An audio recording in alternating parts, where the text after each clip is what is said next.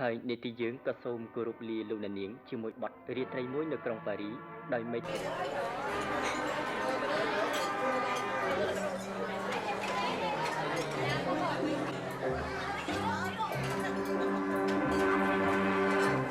ដែលរៀបបាន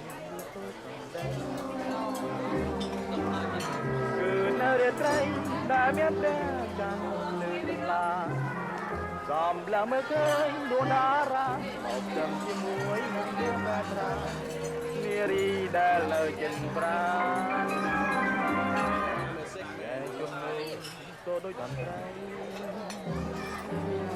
បបផាត់គេសីត្រីមានរូបស្រចំណាន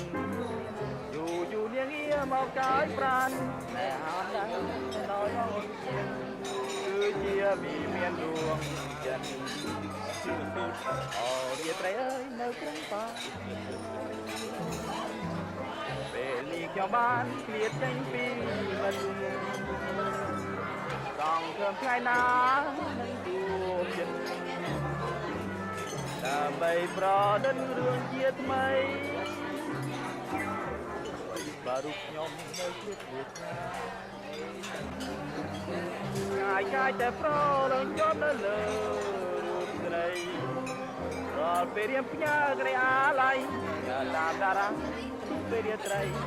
ដែលស្រីធ្លាប់មើលនឹងរៀង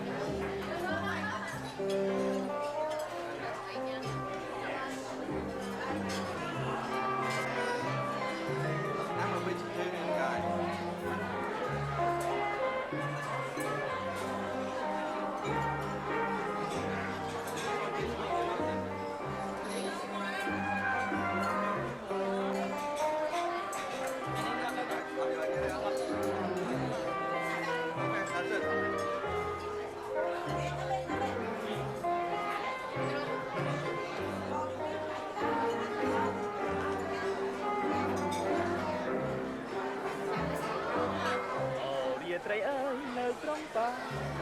រីពេលនេះខ្ញុំបានឃ្លាតចេញពីមិត្តต้องធ្វើថ្ងៃណាជួបចិត្តដើម្បីប្រដិនរឿងជាថ្មីបើរូបខ្ញុំនៅឃ្លាតកាយតែប្រលងចូលនៅលើស្រីរាល់ពេលរៀបផ្ញើក្ដីអាឡ័យតាមតារាក្នុងពេលរាត្រីដែលស្រីធ្លាប់មើលនឹងវា